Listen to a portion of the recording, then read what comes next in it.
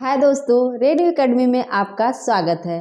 दोस्तों, आप सभी को पता है कि हम क्या पढ़ रहे हैं, सिख परंपरा पढ़ रहे हैं। सिख परंपरा में कितने गुरु हुए थे? 10 गुरु हुए थे। उसके बाद क्या हुआ था? गुरु ग्रंथ साहिब को ही सब कुछ मान लिया गया था। और जो 10वें गुरु थे, गुरु गोविंद सिंह, उन्होंने जो ये सिख परंपरा थी उसको समाप्त करके जो गुरु ग्रंथ साहिब है उसी को महत्वपूर्ण स्थान दिया था। आज हम जो वही सिख गुरु हुए थे 10, हमने एक को पढ़ लिया है। जो प्रथम थे कौन थे? गुरु नानक जी थे। गुरु नानक के बाद कौन आते? हमने बताया था, नानक अंगद अमर हो गए राम के पास जाके। अर्जुन कहाँ जाते हैं? अर्जुन गोविंद के पास जाते हैं और वो कहते हैं कि राय देते हैं, कहते हैं किशन के पास जाओ, और वहाँ जाके वो तेज बन जाते हैं, अर्थात तेज बहादुर। लास्ट में उनको गुरु गोविंद सिंह मिल जाते हैं, और जो गोविंद मिलते हैं वो हर गोविंद हैं। इस बात का आप लोग ध्यान देना।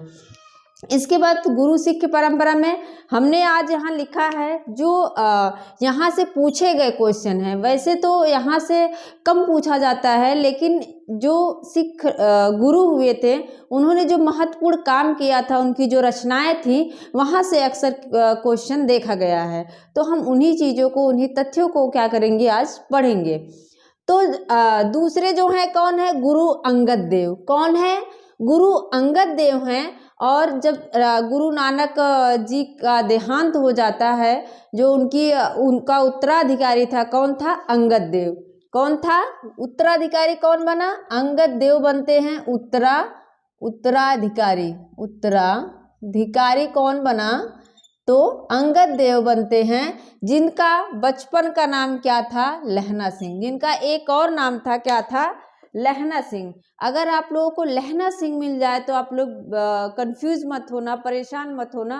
अंगद देव का ही नाम क्या है? लहना सिंह है।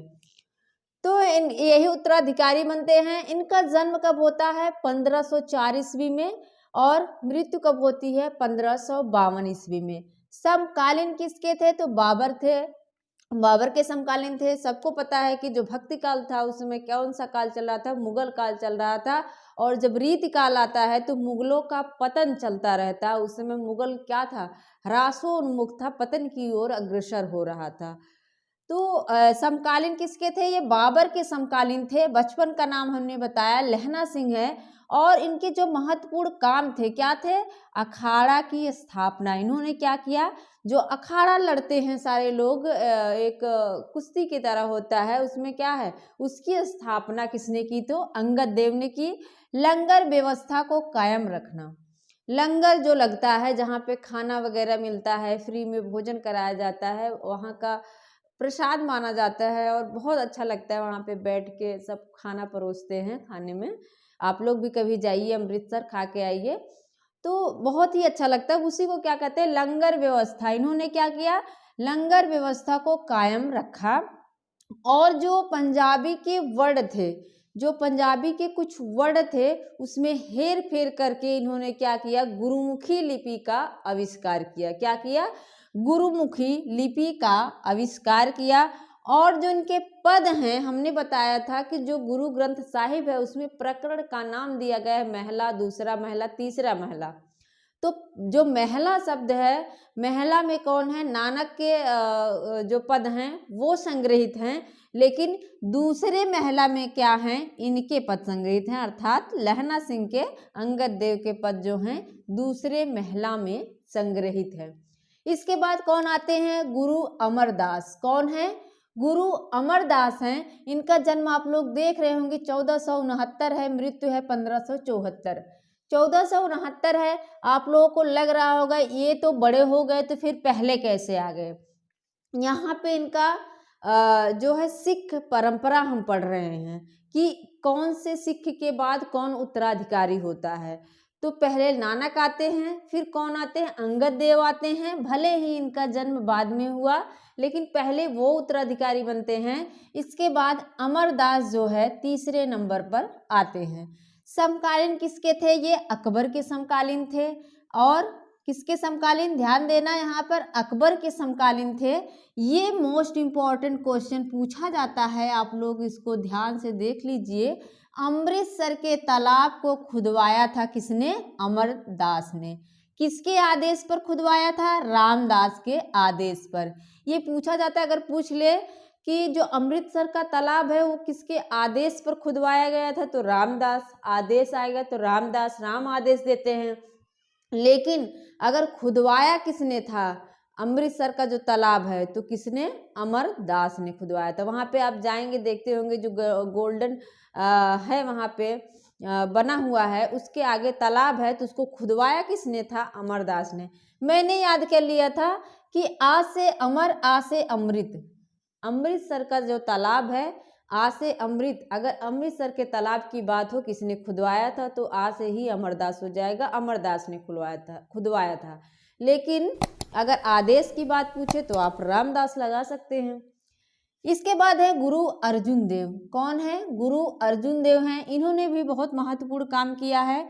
इनका जन्म 1551 में होता है और 1611 में ईस्वी में इनकी क्या हो जाती है? मृत्यु हो जाती है। पिता इनके रामदास हैं। पिता कौन है इनके? रामदास हैं। इसके बाद अमरदास, अंगद देव, अंगद अमर हो गए राम के पास जाके। ठीक है, रामदास के बारे में हमने नहीं पढ़ा है क्योंकि वो इतने महत्वपूर्ण नहीं है। जो जो चीजें पूछी जाती हैं हम उनको पढ़ रहे हैं। तो अर्जुन देव हैं 1551 में और 1611 में इनकी मृत्यु हो जाती है। पिता कौन थे? रामदास। इनकी रचनाएं पूछी गई हैं, सुखमनी, 52 अखरी और 12 मासा। 12 मासा पूछा जाता है। 12 मासा में 12 मासा का प्रथम वर्णन किसमें मिलता है? तो आप लोग जानते होंगे विशल देव राशो है जिसमें क्या होता है? 12 मासा का वर्णन मिलता है। तो इनका क्या है? अर्जुन देव का सुखमनी है, 52 अखरी है और 12 मासा। हमने याद किया था सुखमनी, जो अर्जुन थे, अर्जुन क्या करते थे? सभी भाइयों के साथ बहुत ही सुख से अपना जीवन बिता रहे थे। अर्जुन क्या कर रहे थे?